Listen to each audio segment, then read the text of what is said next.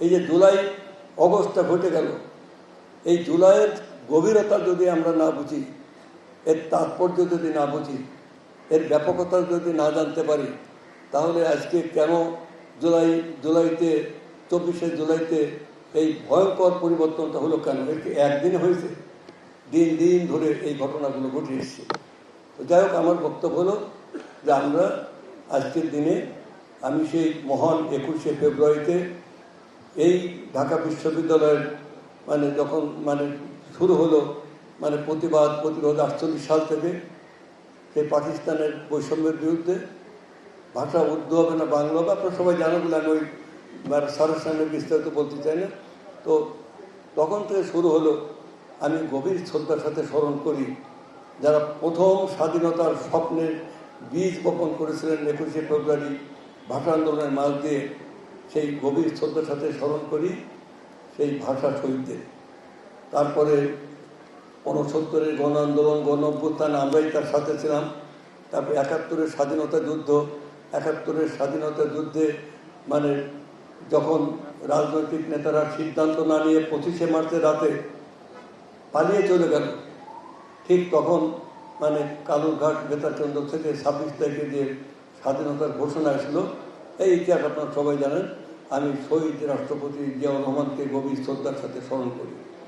আমি স্মরণ করি সেই গত জুলাই আগস্টে যারা আত্মাহুতি দিয়ে দেশের একটি পরিবর্তন এনেছেন, ফ্যাসিবাদ শাসনের পরিবর্তন, যা 2008 সাল থেকে 18 বছর দেশে নির্বাচন হয় নাই, দেশে মানুষ ভোট দিতে পারে নাই, দেশের সমস্ত অর্থ লুটপাট হয়ে গেছে, মাদক দ্রব্য এখানে ছেয়ে গেছে, যুব সমাজ ঘুমাচ্ছে, তারা সারা রাত ধরে মাদক দ্রব্য খেয়ে ঘুমিয়ে ঘুমিয়ে থাকে।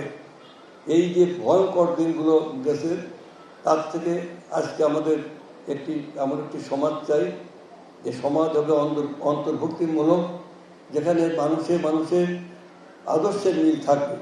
এখানে ভিন্ন মত, ভিন্ন আদর্শ, ভিন্ন রাজনীতি থাকতে পারে, কিন্তু আমরা চাই এই যে আজকে যে এবার 21শে প্রতিপাদ্য বিষয় থেকে যে বহুমাত্রিক বাংলাদেশ, অর্থাৎ আমাদের বাংলাদেশের যে ডাইভার্সিটি, যে বৈচিত্র্য, we just want unity in diversity. আমাদের সরকার বর্তমানে চায় যে আমরা বৈচিত্র্যের মাঝে আমরা ঐক্য আনতে চাই।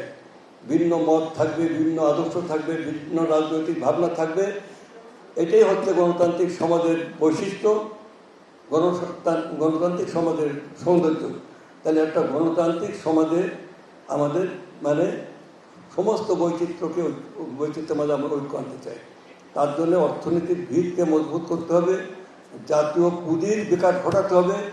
লুটেরা পুঁজি, যে লুটপাটের যে পুঁজি, সে পুঁজি ধ্বংস করে জাতিকে, সেই লুটেরা পুঁজি, স্মাগলিং পুঁজি এবং আধিপত্যবাদী শক্তির, সেই সাম্রাজ্যবাদী শক্তির যে পুঁজি, এই পুঁজির পরিবর্তে আমরা একটি জাতীয় পুঁজি গঠন করে জাতীয় সংস্কৃতি শিক্ষাকে সমৃদ্ধ করে আমরা আমাদের যাত্রাভিমান নিয়ে আমরা মাথা তুলে দাঁড়াতে চাই। যেমন অনেক ক্ষুদ্র ক্ষুদ্র দেশ আজকে পৃথিবীতে দাঁড়িয়েছে, আমরা চাই বাংলাদেশই হবে দক্ষিণ এশিয়ার মধ্যে সবচাইতে উন্নত সমৃদ্ধ দেশ, যে দেশে আবার মানুষ তার ভাগ্য অনুষ্ঠানে যে বাংলায় আসবে, বাংলার মধ্যে।